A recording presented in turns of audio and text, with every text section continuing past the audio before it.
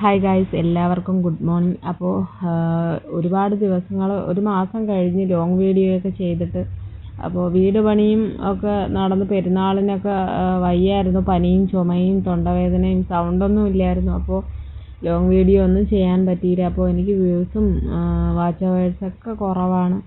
അപ്പോൾ നിങ്ങളുടെ എല്ലാവരുടെയും സപ്പോർട്ട് ഉണ്ടാവണം. അപ്പോൾ ലോങ് വീഡിയോ ചെയ്താലേ എന്തെങ്കിലുമൊക്കെ ആവാൻ പറ്റത്തുള്ളൂ. അങ്ങനത്തെ ഇന്നത്തെ ചെറിയ വിശേഷങ്ങളുമായിട്ടാണ് വന്നത്. അപ്പോൾ നിങ്ങളോട് തുറന്ന് പറയുന്നതാണ്.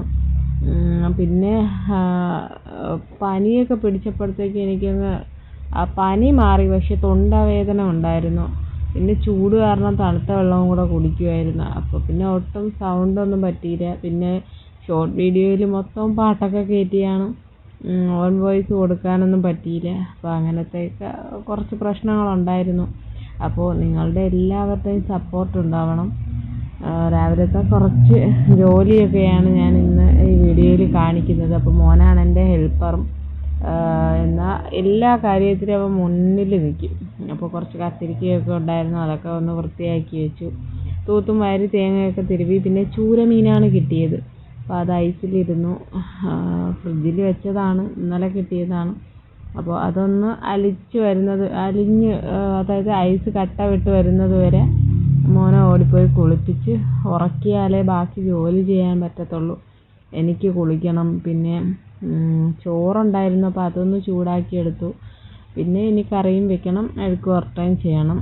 അപ്പോൾ ഇവിടെ ഇക്കാടെ ഉമ്മ മരിച്ചുപോയി. ഇക്കായും ഞാനും ഇക്കാടെ വാപ്പായും മോനുമാണ് ഉള്ളത്, വേറെ ആരും ഇല്ല. അപ്പോൾ അവരൊന്നും ഇല്ലാത്ത നേരത്ത് കൂടുതലും അവൻ എൻ്റെ കൂടെയാണ്. പിന്നെ കരിയൊന്നും വരയ്ക്കാൻ ഇരുന്ന് തരില്ല. അപ്പോൾ ഇരുന്ന് തരാൻ വേണ്ടി ഞാൻ എൻ്റെ കവിളൊക്കെ അവനിക്ക് വേണ്ടി കൊടുക്കും കരി വരയ്ക്കാൻ.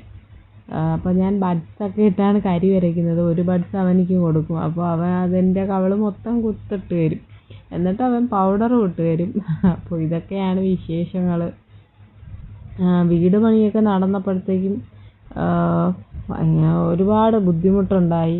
ഇതിൻ്റെ ഇടയിൽ ഒരു ദിവസം മഴ പെയ്തു, പിന്നെ പണിക്കാരൊന്നും വന്നില്ല. അങ്ങനെ ഒരുപാട് കഷ്ടപ്പെടേണ്ടി വന്നു. പെരുന്നാളൊന്നും ആഘോഷിക്കാനൊന്നും പറ്റിയില്ല. പിന്നെ മോനെ ഒരുക്കണമെന്നൊക്കെ ഒരാഗ്രഹം ഉണ്ടായിരുന്നു, അവനെയും ഒരുക്കി. പിന്നെ ഇക്ക പള്ളിയിലൊക്കെ പോയി. പ്രത്യേകിച്ച് പിന്നെ ഞാനൊരു ചുരിദാറൊക്കെ തച്ചിടണം എന്നൊക്കെ ആഗ്രഹിച്ചതാണ്, പക്ഷെ നടന്നില്ല. മെഷീനൊക്കെ മാറ്റിയിടേണ്ടി വന്നു. അപ്പോൾ ഈ ജോലിയെല്ലാം കഴിഞ്ഞിട്ട് വേണം. ഞാൻ സ്റ്റിച്ചിങ്ങും പഠിച്ചിട്ടില്ല, ആരി വർക്കും പഠിച്ചിട്ടില്ല. പക്ഷേ ഞാൻ യൂട്യൂബിൽ നോക്കി പഠിച്ച് എനിക്ക് കുറച്ചൊക്കെ അറിയാം.